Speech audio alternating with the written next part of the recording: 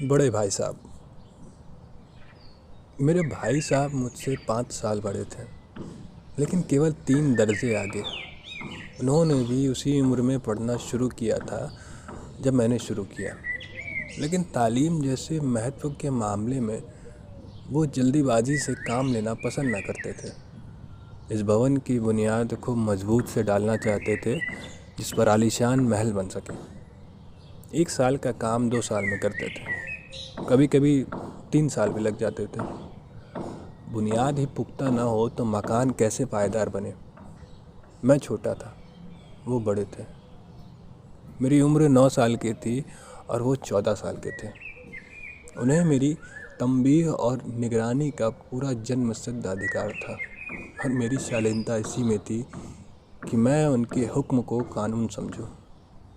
वो स्वभाव से बड़े अध्ययनशील थे, हरदम किताब खोले बैठे रहते, और शायद दिमाग को आराम देने के लिए कभी कॉपी पर कभी किताब के हाशियों पर चिड़िया कुत्ते बिल्लियों की तस्वीर बनाया करते थे।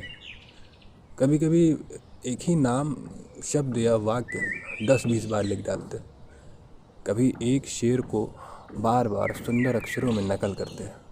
कभी ऐसी शब्द रचना करते जिसमें ना कोई अर्थ होता, ना ही कोई समंजस। मसलन एक बार उनकी कॉपी पर मैंने ये इबारत देखी: स्पेशल, अमीना, भाइयों भाइयों, दरअसल, भाई भाई, राधे श्याम, श्रीयुक्त राधे श्याम। 1 घंटे तक इसके बाद एक आदमी का चेहरा बना हुआ था। मैंने बहुत चेष्टा की लेकिन इस पहेली का कोई अर्थ निकालूं, लेकिन असफल रहा, और उनसे पूछने का साहस ना हुआ। वो 9वीं जमात में थे, मैं 5वीं। उनकी रचनाओं को समझना मेरे लिए छोटा मुंह बड़ी बात थी। मेरा जी पढ़ने में बिल्कुल न लगता था। 1 घंटा भी किताब लेकर बैठना पहाड़ था। मौका पाते ही हॉस्टल से निकल कर मैदान में आ जाता और कभी कंकरियाँ उछालता तो कभी कागज़ की तितलियाँ उड़ाता। और कहीं कोई साथी मिल गया तो पूछना ही क्या। कभी 4 दीवारी पर चढ़कर नीचे कूद रहे हैं तो कभी फाटक पर सवार उसे आगे पीछे चलाते हुए मोटर कार का आनंद उठा रहे हैं।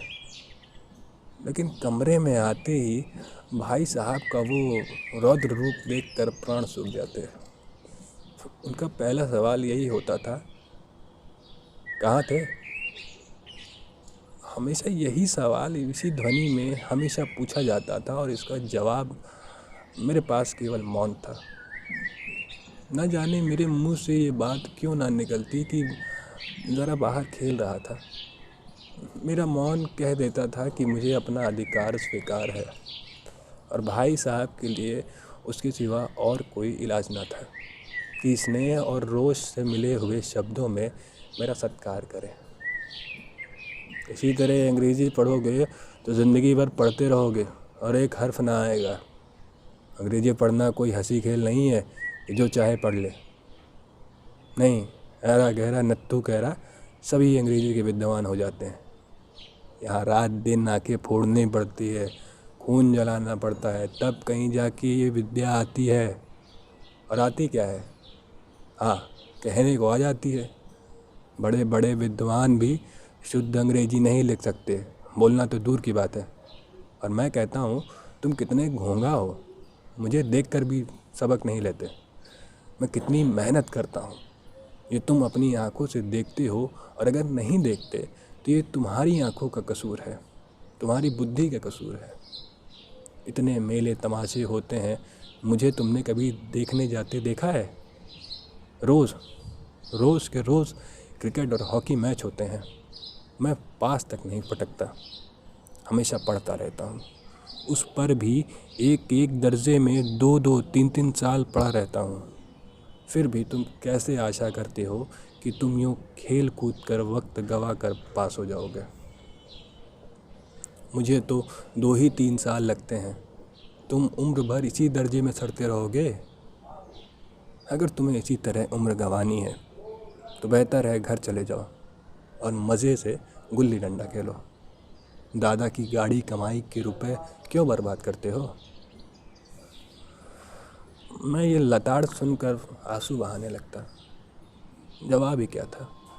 अपराध तो मैंने किया था, लताड़ कौन सहेगा। भाई साहब उपदेश की कला में निपुण थे।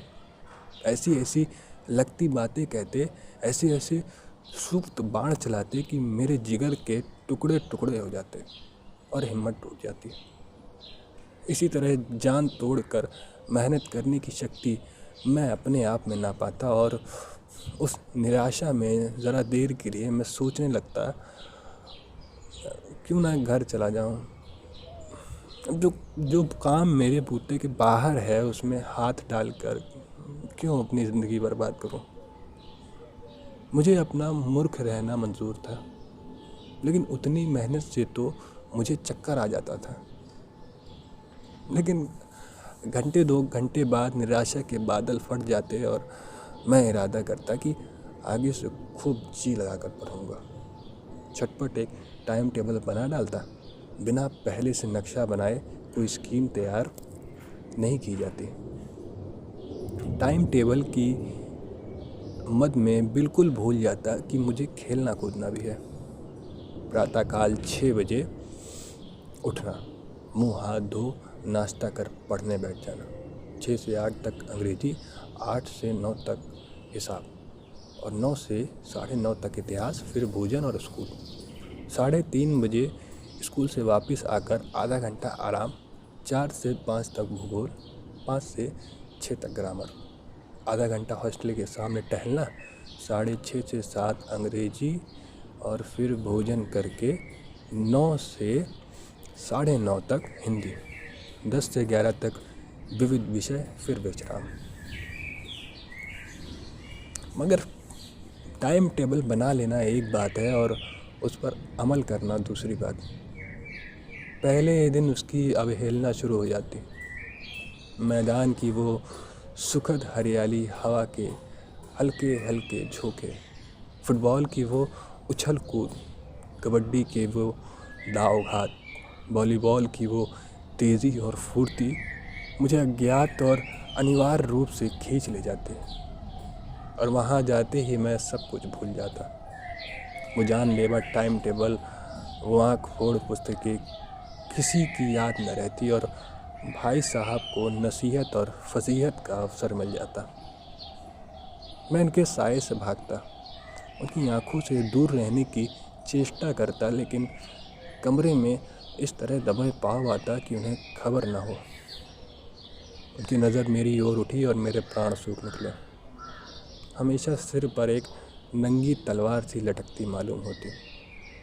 फिर भी जैसे मौत और विपत्ति के बीच भी आदमी मोह और माया के बंधन में जकड़ा रहता है, मैं फटकार और गुड़कियाँ खाकर भी खेल कूद का तिरस्कार न कर सकता था। तो सालाना इम्तिहान हुआ। भाई साहब फेल हो गए, मैं पास हो गया और दर्जे